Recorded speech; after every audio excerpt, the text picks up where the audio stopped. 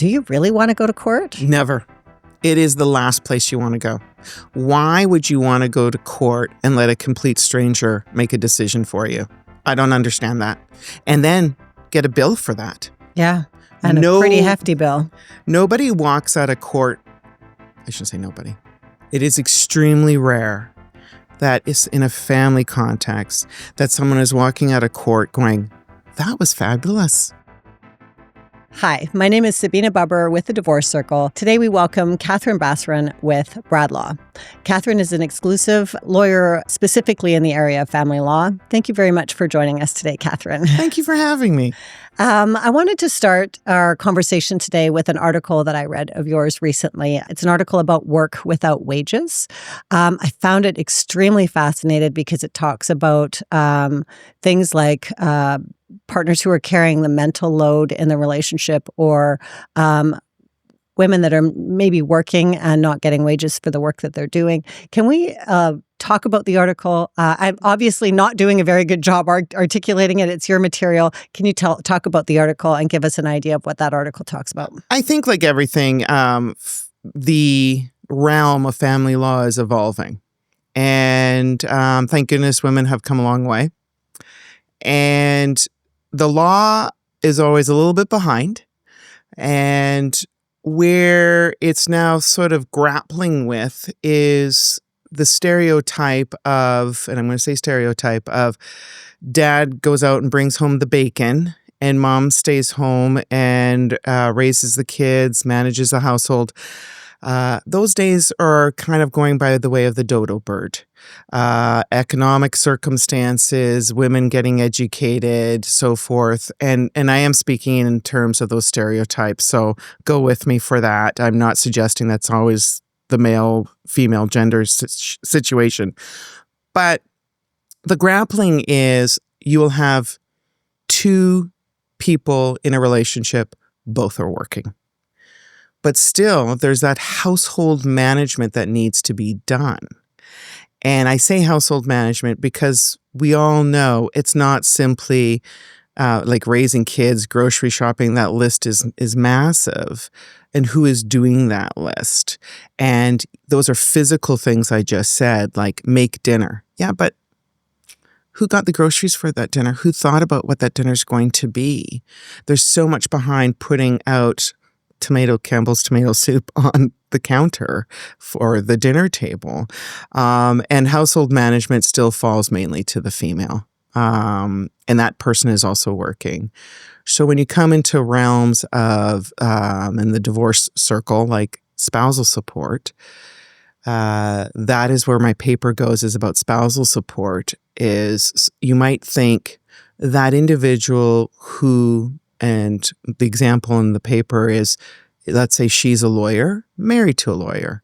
She's making, let's just say, $200,000, $300,000 a year. You go, well, she doesn't need spousal support. She's a lawyer, working as a lawyer, making a good wage.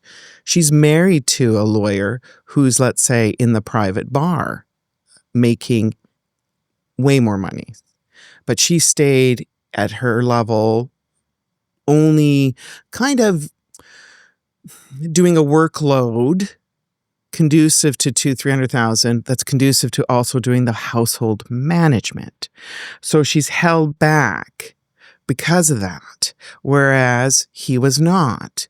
So she is entitled to spousal support, even though she's well educated, making it not a pretty substantial income, but she could have been more.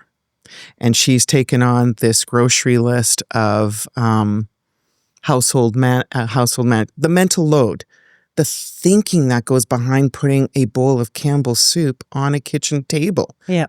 Forget about it being a souffle with dessert. I mean, my gosh, if I have a can of tomato soup in my pantry, I'm excited. Yeah. How did it get there? And you see it with our children when they go off to university.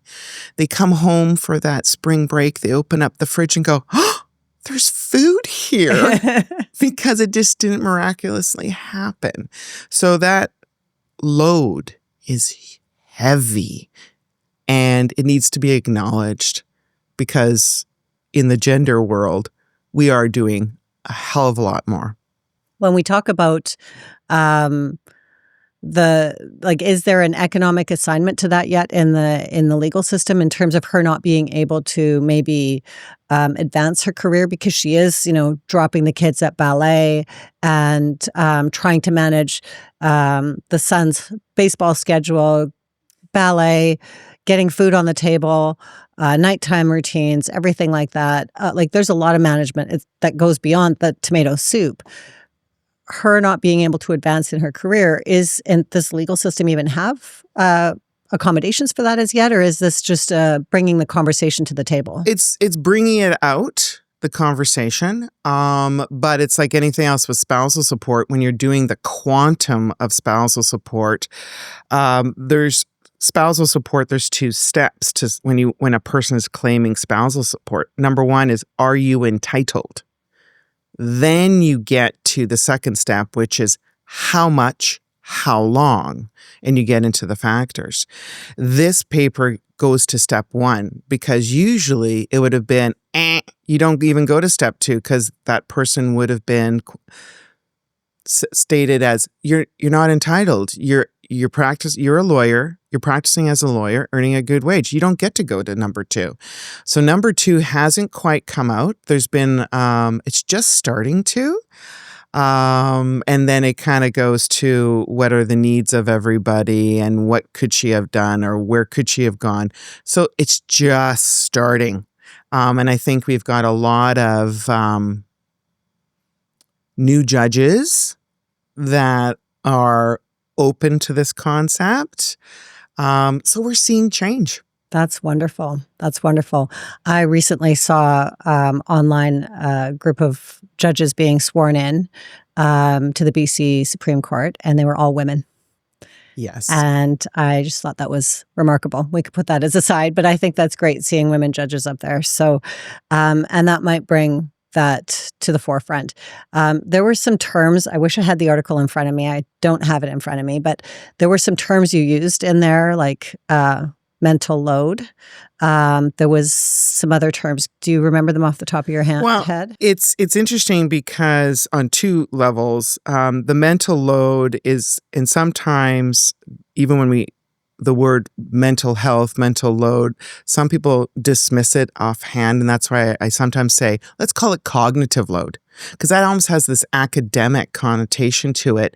And it is everything. When you're sitting at work, you start thinking about what's for dinner tonight. How's little Susie going to get to ballet? Who's picking up? Who's doing those orange slices for soccer? Do we have oranges? That it's going in your brain and it's firing and it's taking up space. That is a load. At that point, you're not looking down or doing your work anymore. You're thinking about the household management. How many times I have been faced with, so what's for dinner? So, and you, mainly women, are the cog in the wheel.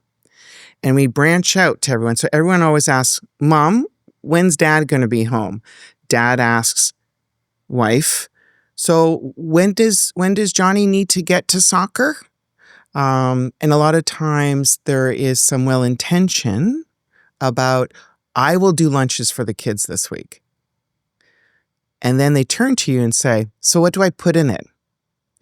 Where do I get the little cheese strings? And can you go get me the cheese strings? Can you get me the fruit? Can you get me? And it's like, no. You said you're going to do lunches. You need to have go get the groceries. Think of that list. Go to that parking lot and that grocery at 6 p.m. after work. At least he doesn't have to go get the chickens. But it's and so it's that cognitive load. And I mean, something really special for me is I wrote this paper with my daughter. And she is 23, just about to turn 24 next week. And she has just finished second year law school. And we've had where it came up from is my female law partners as well as my daughter, because my daughter is having conversations with me that say, I think I want to have children, but how am I going to make that work, Mom? And I've seen what you've done. That's way too hard. I hear the same thing for my own kids. So that really got to me. And I mean, I tingle now when I think about it. And she's a high achiever and she wants to do it all. But, you know, I want her to have mental health. Yeah. Okay, so let's talk litigation. Let's get Let's real. go all the other way. Let's go in a complete different way. Okay. What's it like to go through divorce litigation? Emotionally, financially, psychologically? Wow. I mean, it's one of the things with family lawyers that, just to kind of back up, that family lawyer is a huge term that encapsulated a lot of different types of lawyers within that family realm.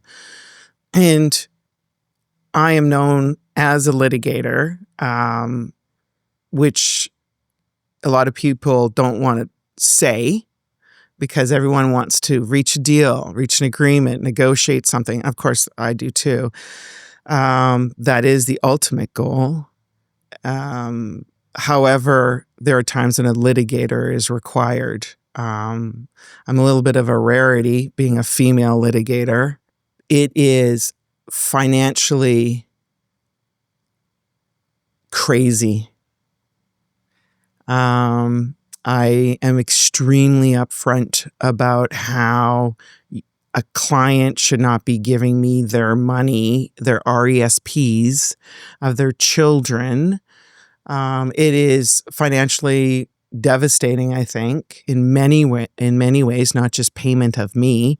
It's, you know, you're dividing everything in half, supposedly, but yet you want to live the same lifestyle. That mathematically is impossible. And I am the one that gets to tell the person that. So emotionally, devastating. Absolutely devastating. I am the one that gets to tell them at the start, you think it's bad now? It's going to get worse. You better have your team around you. And I'm not talking about the girlfriends that'll take you out to have martinis and say what a bad person he was. Yeah, I'm probably going to swear because I swear too much. Or, you know, the male, I have a lot of male clients where I say, you're going to need people around you that you can be real with, not using stereotypes, but again, it's going to get extremely challenging. And I'm not suggesting that's because we're going to do a big fight. No, you're going to be dealing with things that are emotionally packed with what baggage you already had beforehand, during the uncertainty, so much emotion, so much financial, like it's a precipice that I have to somehow warn people about. I think it's really important to warn people because I think that a lot of people think that litigation is the only way. He's angry, she's being ridiculous, they have ridiculous demands, I need a fierce lawyer, I need to go to court. Do you really want to go to court? Never. It is the last place you want to go. Why would you want to go to court and let a complete stranger make a decision for you? I don't understand that. And then get a bill for that. Yeah, and a pretty hefty bill. Nobody walks out of court. I shouldn't say nobody. It is extremely rare that is in a family context that someone is walking out of court going, that was fabulous. That went great. No. It's actually, you're walking out of court going, I'm frustrated. That wasn't what I wanted. Just you're upset, and it's extremely difficult to educate someone, especially someone who's extremely angry, who thinks that their way is the right way. And the courts are backlogged, delay, cost. It is fraught with challenge. So say you end up going to litigation, is that a 2-year process? Is that a 5-year process? I have some friends I know that it's taken them over 6 years to get divorced. I think one of my law partners always says, well, how long is a piece of string? Okay. right? All right. Fair enough. But the actual answer I can give to that is if I were to right today, like you have a court action going on today, and I'm not suggesting when you walk into my office that just happens, but if you had a court action that started today and you wanted to book a trial, just a small trial, which would be 5 days, that is minimum 1.5 to 2 years away from today. So as you can imagine, the more complex a file, the longer the trial. We don't make that call to the courthouse to get a trial date until 1 or 2 in because you tried to negotiate something. So that's how all of a sudden that 2 years goes to 4 years, goes to 6 years. And because you're dealing with schedules of lawyers, schedules of the client, schedule of the court. And is there a lot of emotion still involved after 4 or 5 years, or this is still a lot of anger that's causing that process to occur? Usually something's amiss that you weren't able to work it out.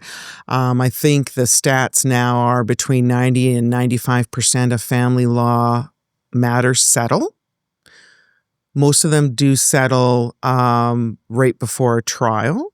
However, as we've all gone through emotional times, people peak and then come down. It's when you're arguing with someone, arguing with your child or your friend or whatever it may be, in the heat of the moment, you're extremely angry. Yeah. The next day, you've come down a bit. And so what you need is two people, the two clients or the parties, husband, wife, or common law, whatever it may be. You need them both to come down to reach that same level of calming down, to reach that same level that they want to move beyond this broken relationship, that they've each had perhaps a few lawyer bills where they go, whoa, how am I going to pay for this? And also perhaps they might have gone in for what's called an interim or a temporary order from court, and it didn't quite go the way that they thought it was just going to go. So all of that, and that's why people get to that place where they're willing and able to settle. So when somebody says, I want to fight this in court, what's your general response to that? No, you don't. No, you don't. That is my response. I think that's when I've got to say, well, what is it when they say they want to fight? Why? Fight what? What's the issue? What do they think they're going to gain? Because we've all watched TV. Yeah. It's really nice. And then there's a commercial break, and there's no actual timeline and everyone's wearing stilettos. I always love that part. But which you can't do for 5 days. No, it's called or 5 minutes. It's called Skechers. Yes. But no. They're saying that because they're angry. So you need to really unpack that as to what is going on. And I don't know, my undergrad was in psychology. So I don't, I'm not professing to be at all a counselor or a psychologist, but there's a lot of unpacking when people come into your office and say, I want to go after her, or she's had enough, or, I want the good fight. And it is the absolutely wrong thing to do. And you have to be calm. And part of my job is to educate. And not that I'm saying never go there. There is a time and a place to go. But there's a time and a place as long as your client is educated and informed about what is actually happening in the legal realm. And I think it has to be clear to your client, I'm your lawyer, I'm not your friend. I'm not. Otherwise, I'm just going to agree with almost everything you say. I'm not your counselor. I'm not your parent. I'm not your kid. I am your lawyer, and I'm going to tell you with my 30 some odd years of experience of what I think is going to happen. And I usually point next door because that's where the courthouse is. And I say that is a place of uncertainty. Usually, if I'm being honest, I call it Vegas. And I say that you go there and the law is supposed to be blind. You don't know which judge you're going to get. You don't know if you're even going to get a judge. You don't know. until you get into the morning when the list comes out. Then you can see who you got, if you got someone. It's uncertainty. It's risk. Risk. How much are you willing to risk? Sometimes it's worth it. Sometimes it's not. And it's not a great way to punish the other person. You're punishing yourself in the same process. You're never going to punish a person through court. No. You're never going to get a statement from a judge saying, oh my gosh, Sabeena, you are so right. And the other person is so wrong. And here's money for that, or here's whatever it might be. No,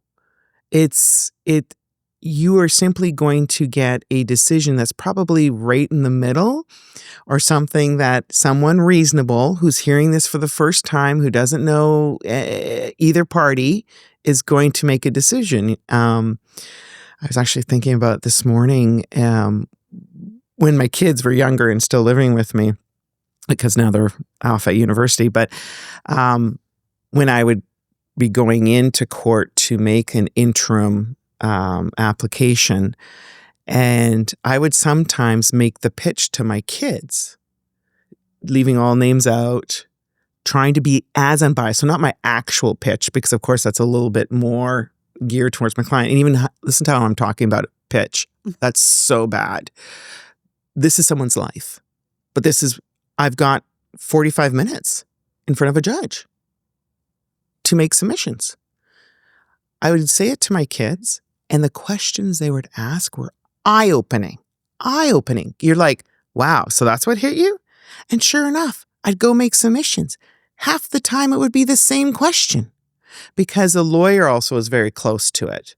Close to the client, has heard from the client, the glass of water right here, it's black. And then a person might be, really? Is it black or is it dark brown? Like, just, you need sometimes to back up, take a look at the file, what's happening, and you need to be able to do that for your client as their lawyer. I'm not here just to make submissions that today isn't Wednesday, you want today to be Saturday.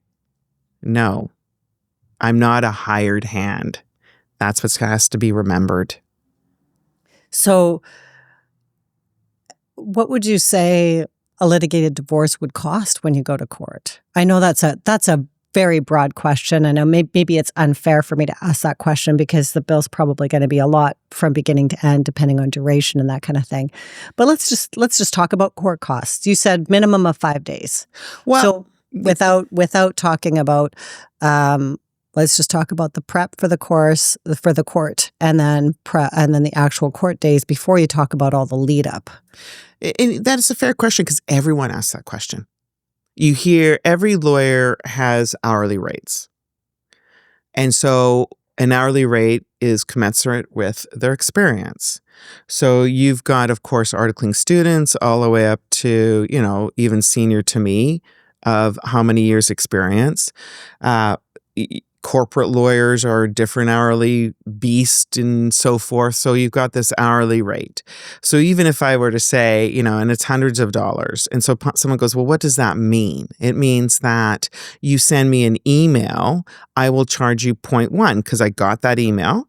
I had to read it, probably had to think about it. Am I replying to that email? Oh, then I drafted a reply. Then I send it. Oh, it needed an attachment. All of a sudden we're at a 0.2 of an hour, right? So I'm charging you any time I spend on your file, thinking, not just producing a physical thing, and so when someone says, how much will it cost me to go to court? Again, I go, how long is a piece of string? And it's one of those things where you think about, I charge for every email, every piece of correspondence, phone calls from the other side, researching your file, drafting things. And so if someone wanted hey, so generally talk to me, what does it look like? I go, on a rule of thumb, when you're looking at someone with 30 plus years, it's probably at least $10,000 a day for court. So that's not about, it's been 2 years and so it's a 5-day trial, so it's $50,000. No, that's $50,000 just for the 5-day trial.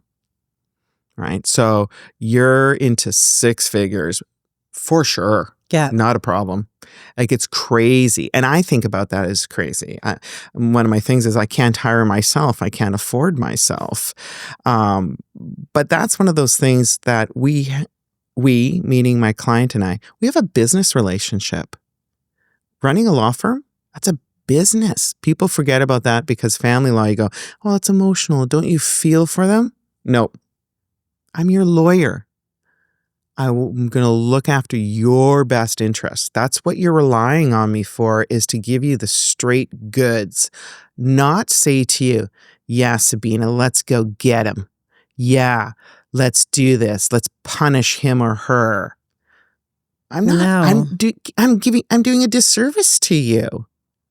And that's maybe after my 30 some odd years of experience. And I know I have the luxury of saying all this because unfortunately I'm extremely busy.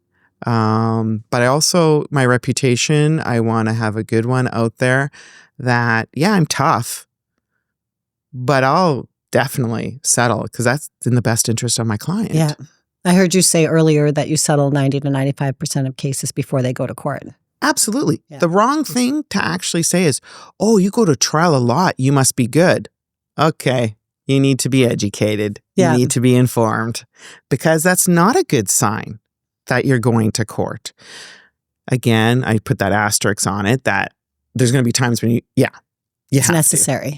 Absolutely. Absolutely. And be prepared and know, you've had a frank discussion with your client, et cetera. And that question, do you win when you go to court? What's a win? That you got the extra Saturday with your son, Johnny? Is that a win? But you spent $50,000 doing it? And when Johnny turns 12, he'll say, I don't want to go to you on Saturdays. Right? Because family law is fluid. That's the other issue. Yeah. So what you get today in 6 months, Change. absolutely. So how does court impact somebody's ability to emotionally rebuild their life after their day in court?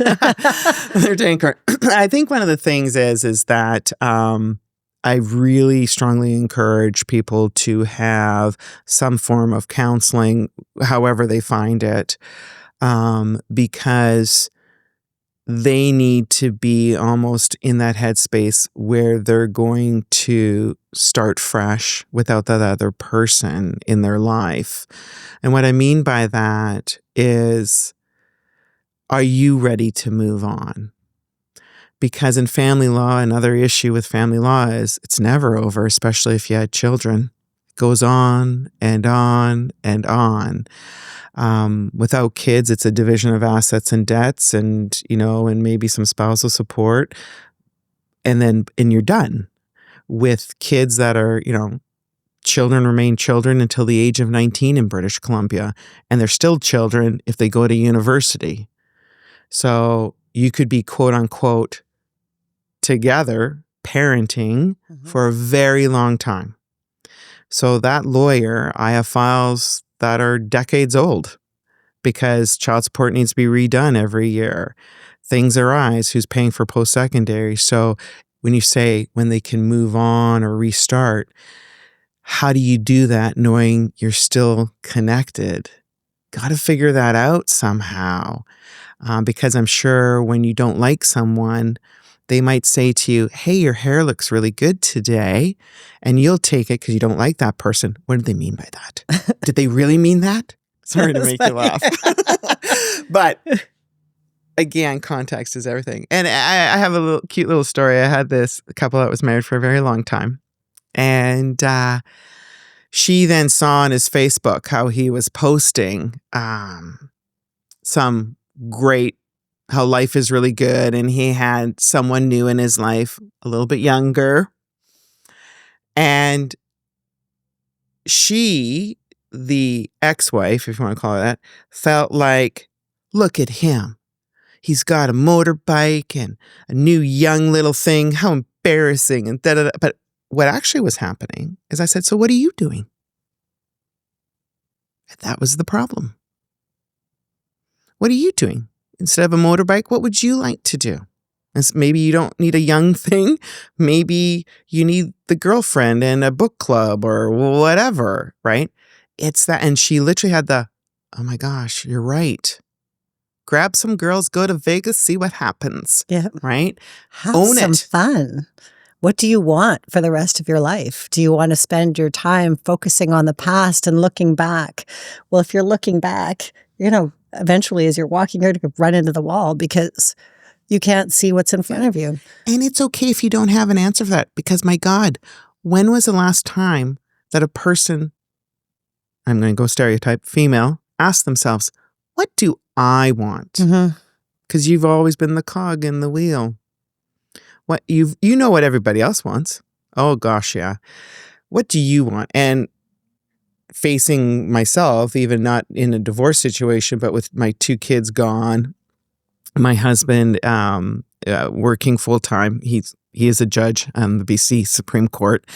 So we're both working. I had to a lot of my quote time all of a sudden opened up because I don't have 2 kids physically at home.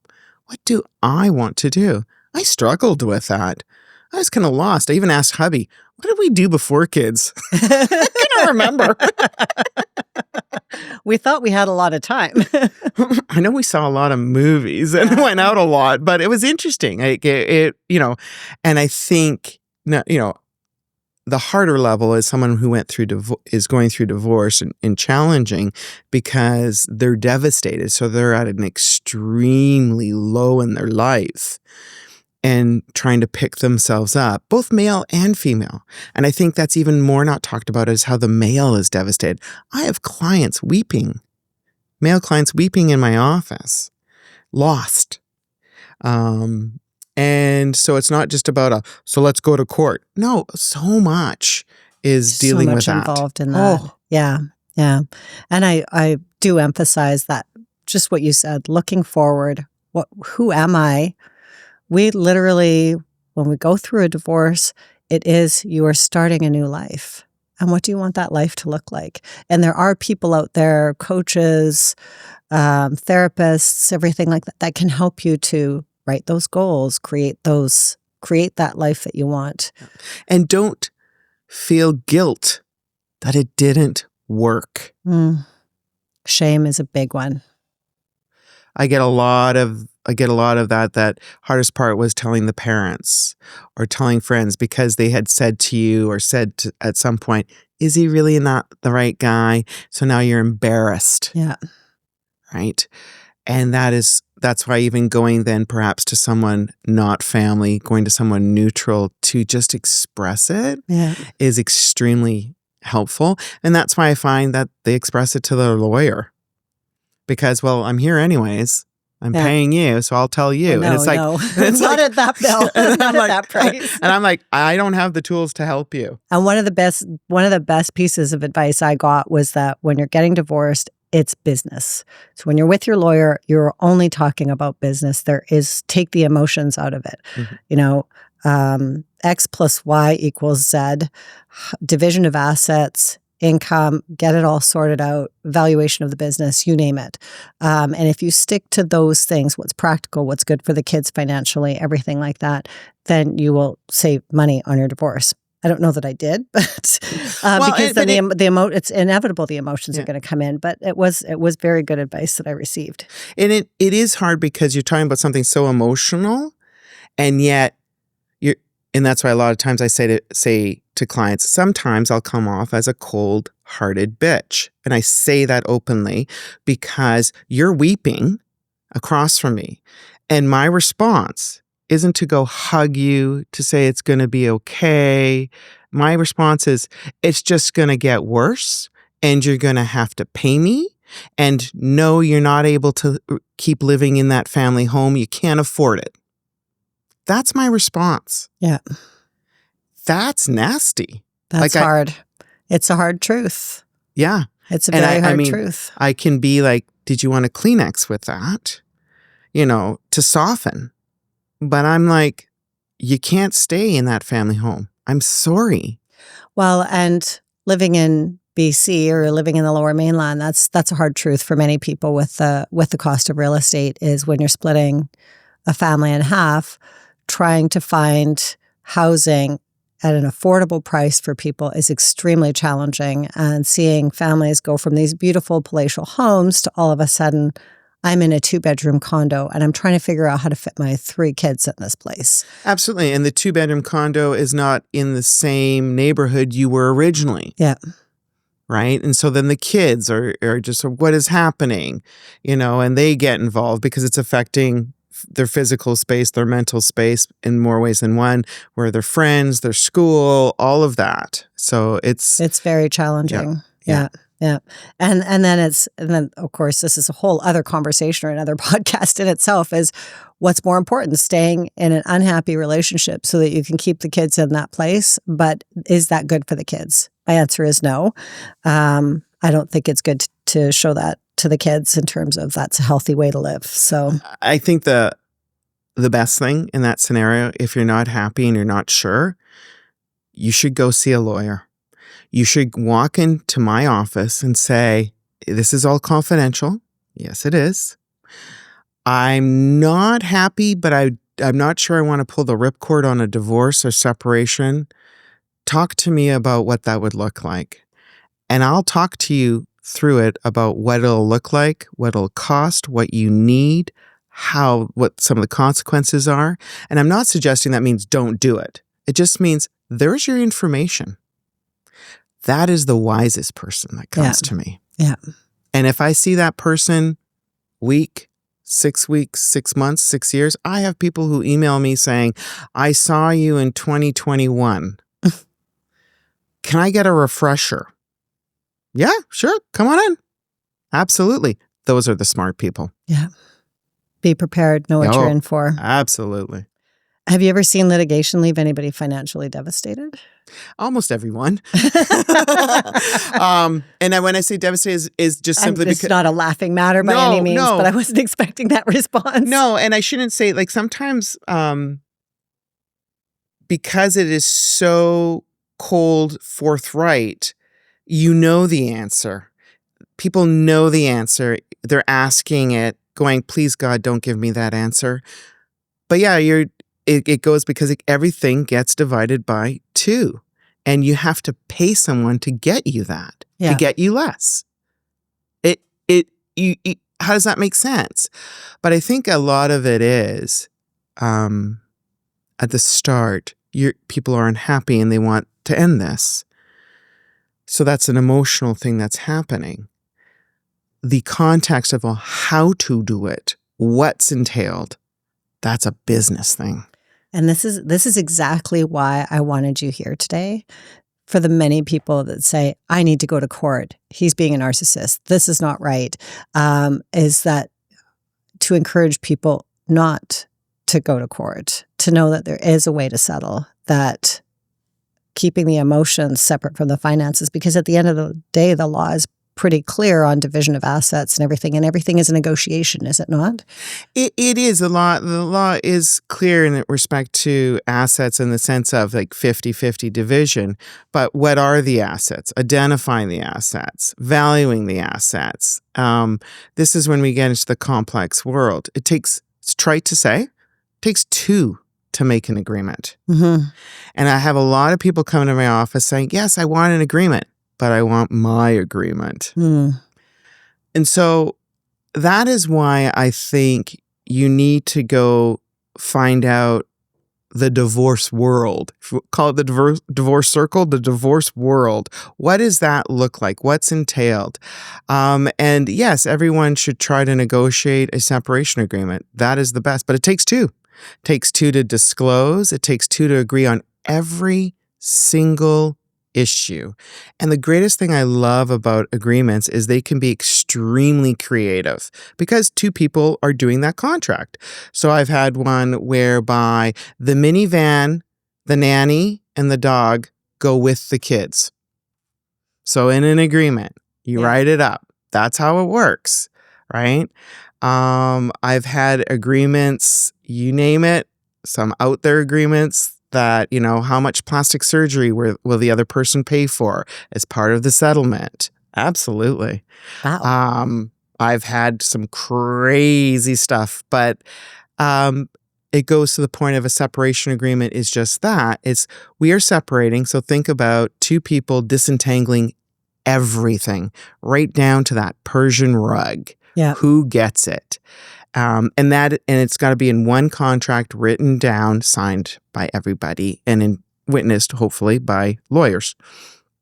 So it is all encompassing. And the problem is this is the person that you no longer like, that you actually maybe hate at that time.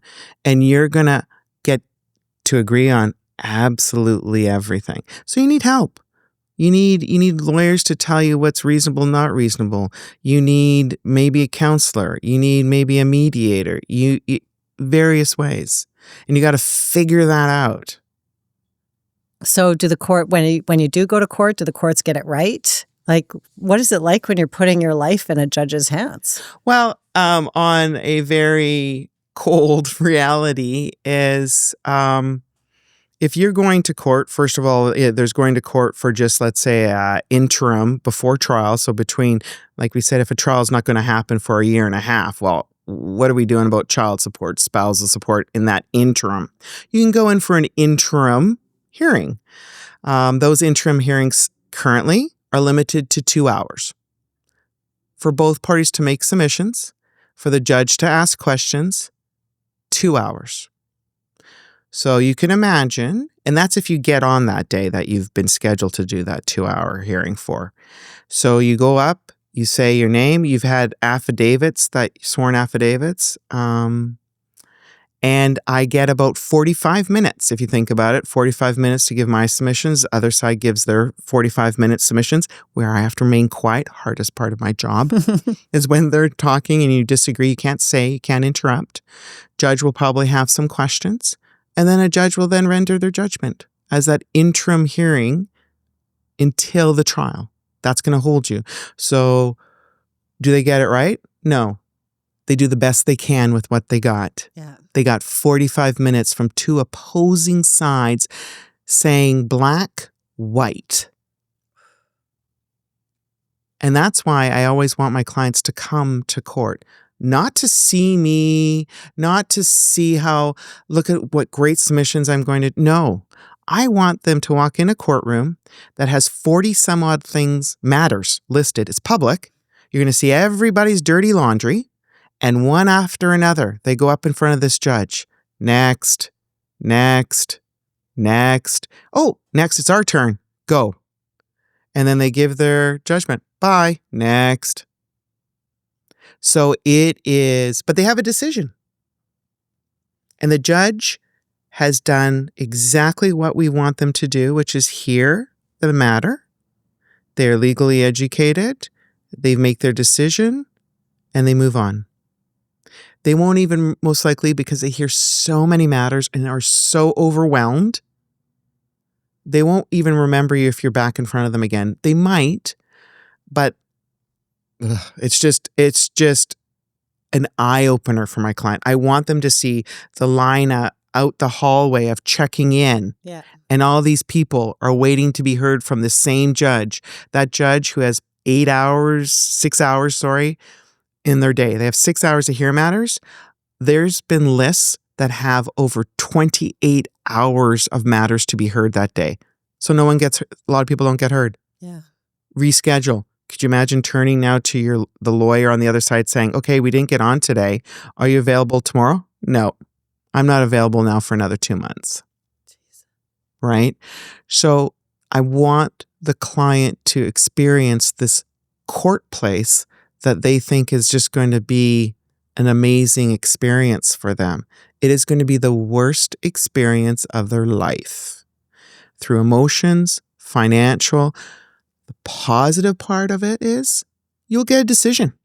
Yeah, you'll get a decision that you now have that you can't change unless you want to appeal it, but very difficult. So and you keep going. It didn't make you feel better at the end. It didn't resolve things. You're just, okay, what's our next argument? Wow. And this is why you don't want to go to court. You don't. And then I get to turn around and say, okay, my prep, drafting all those affidavits, responding, preparing for court. I sat in court all day. You pay me for that, even though I didn't do anything. So here's my bill for $25,000. Right? And what we got decided was you get child support of X amount of dollars and spousal support of X, or you have to pay, but not pay the 20 she wanted, just paying the 11. Was that a win? I don't know. No. You two now are going to go and co-parent your children after today? Really hasn't helped that relationship. If anything, it's entrenched two people and not healed anybody.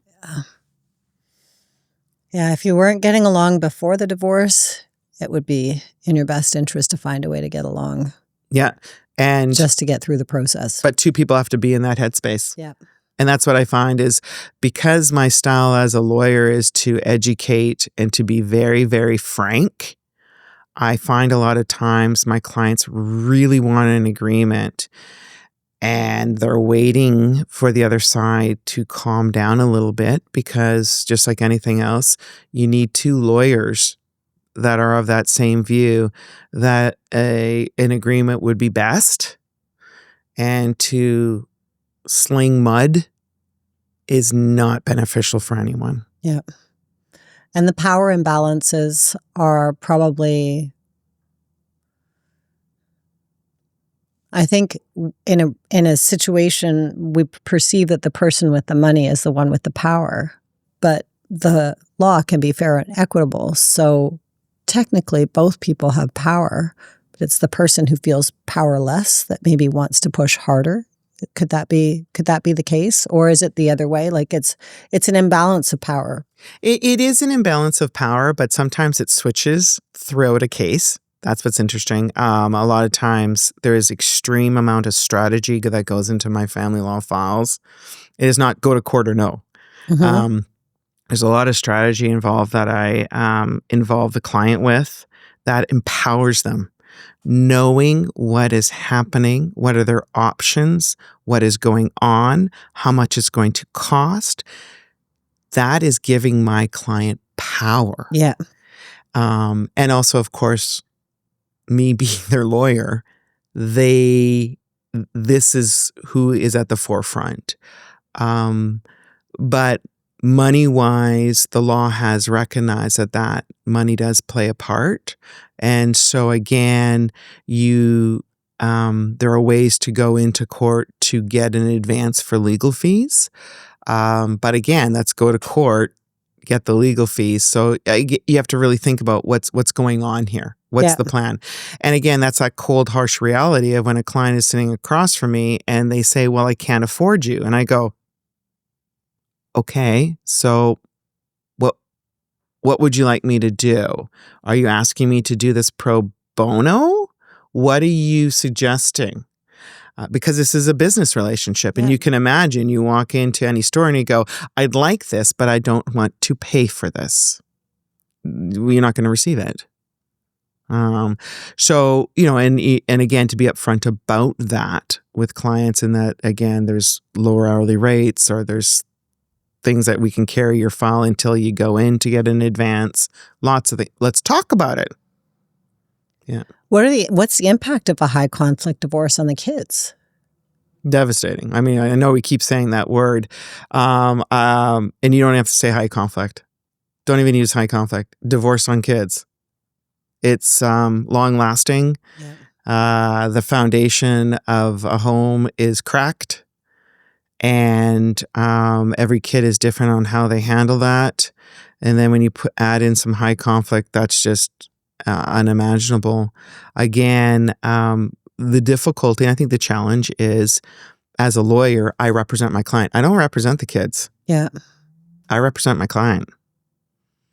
And I use the word underbelly quite a bit. And one of the big things that I see and that is shared amongst my colleagues is sometimes the hatred for your partner is more than the love for your child. And we see that over and over again. It's really the hardest when I see the young lawyers, who come into the practice of family law, and they're lovely. They're very naive and lovely and just full of energy, which is good. Absolutely. It's refreshing. But at the same time, I have to deal with them when they realize, oh my God, I can't believe they're doing this. Like, they see that their client's hatred for their spouse has blinded them to how they're hurting their kids. So it's extremely difficult. But again, I represent my client. So you have one person that's doing that. You have one parent that's so hateful. How can the other parent offset that? Maybe this isn't a legal question, but how can the other parent offset that pain for those kids so that those kids can't grow up completely damaged? It's then you go to that counseling aspect, right? And it's that when one parent is being harmful to the children, you've got the legal aspect of, okay, so how's the access arrangement? Do you need to change that? But even then, you've got one parent saying it, the other parent saying, no, that's not happening at all. That parent's just being a gatekeeper and not wanting me. So again, you've got a judge who's sitting up there hearing, this parent is being extremely harmful. They're doing this, they're doing that. Here's some actions. And the other parent saying, I'm not doing any of those. Here's 10 affidavits from my friends and family who say I'm an amazing parent, right? And a judge goes, he said, she said, what would you like me to do with this? Yeah. Right? And so that's why as a lawyer, we need to say, this is happening. We want this kid in counseling with so-and-so, and that cost to be proportionately shared. Like, you gotta go to, what's the resolution here? Yeah. Right? And sometimes it's very obvious if one parent's being harmful. Of course, get into court, get that child removed from that person, what have you. But it's that whole healing aspect. You gotta think about it. If someone is hearing the submissions, he said, she said, what else you got? Documents are everything, right? And now we're getting into video recordings. You push it on your iPhone in a heartbeat. And so there's lots of cases now that are coming out. Like, what do you do with those recordings? How are they being used, et cetera? Yeah. Or did they know they were being recorded? Yeah, exactly. Okay, so in a case where litigation is truly necessary, what would be an example of when litigation is truly necessary? When there's not, like, the keeping with the business aspect, or even our children on a children aspect, it's like when one parent is holding hostage the children. I call it that as the gatekeeper. If one parent's not getting access to the kids, you got to get in there. Yeah. Right. With assets and debts, if someone doesn't have money, they've been cut off. Using the old stereotype, which still exists and still happens usually, and I shouldn't even say stereotype, usually in a household, one person is kind of the financial person. And let's just say your credit cards are cut off, the line of credit is maxed, you have no money and you're living check to check, you need to get in there to get spousal support, child support, or something in that situation. Those are the things that you need to get into court for sure. And usually that, again, like I said, once you've gone to court one or two times, everyone starts to calm down and see the writing on the wall and gets into a headspace of, instead of talking about, I hate you, you've done this, blaming, you get into, how are we dividing up? How are we, what's the objective? And it might be dad stays in the family home because it's his home that he's had since he was a kid, but the wife is entitled to half of it, but she won't take her half until all kids graduate grade 12. And because she's going to wait 4 years to do that, she'll get an extra push of 5% on the sale price or something like that. That's a creative separation agreement. Yep. You got to have lawyers and everyone willing to be creative. But if you have someone who says, no, I want my half now. Okay, but it's better than the kids get to go to that school still, get to still walk to the school. I can pay the mortgage and take it all on. Yeah. Right? No, I want my half. Really? You want your half? Or do you just want to punish him so he's not in his, quote, family home that he's had since generations? Yeah. Right? Or the family cottage. Yeah. That's one I always get a lot Family of. cottage. Family cottage. No, I want my half. I don't have the money to give you. Well, I guess we got to sell it. Okay, you tell the kids that you're selling the lake cottage because you want your money. Yeah. Right? So that's, it's pretty tense. And is that necessary? And there might be creative ways around it. But you got to have that energy and willingness to be creative. And this is me. I'm a litigator, that's why I'm a litigator, but I know it's the wrong place to be. Yeah. You're a huge advocate for your clients. I see you, you're fierce, you advocate for your clients. How do you balance compassion and toughness when in a high stakes battle? Like, what do you mean? Like for the client? For the client, like you need to be firm with them in terms of what's realistic, but also being compassionate to where they're situated. It's confirming and listening to what their fears are and answering them, informing them. So when I have a client, who says, "But I'm really worried about ABC," I have to make sure I answer those fears, those questions. It might not be with everything's going to work out. Yeah. It might be, yes, we can do that. The risk is this. The cost is this. The pro of doing that, though, is, I lay it out and I answer their questions. Yeah. And I'm frank and forthright, but So they're not surprised when they get that bill. You're very transparent about what it's going to look like. Very much so. And that transparency, what I find, lends itself to my clients asking the questions that they might have been embarrassed to ask because I'm being so frank and transparent, so that they'll say to me, "Okay, I didn't quite understand when you said this," or, "Okay, but you know what? I really don't want my kids on Saturday." I'll get things like that because that's so against what people think. You want as much time with your children, don't you? Not all the time. Very interesting. Right? So it becomes almost this two-way street of, you can be frank with me.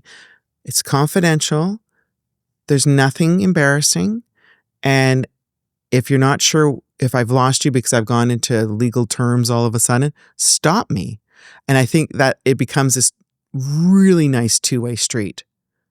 Instead of me telling them, it becomes this, is this helping you? What do you need?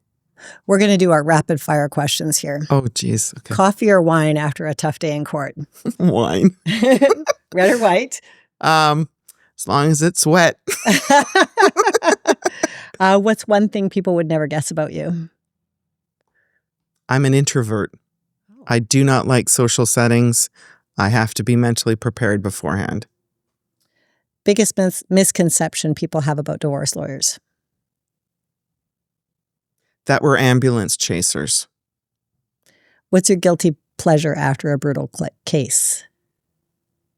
Usually I'm looking at travel websites, looking at where I can go, just to completely forget about everything, which is not possible. What's the most empowering podcast or book that you can recommend for women? It's interesting. My answer to that is none. Your own book. What is your own book that you want to write? Why is it someone else's? I love that. What's a piece of advice you would give your younger self? Lots of thoughts go through my head.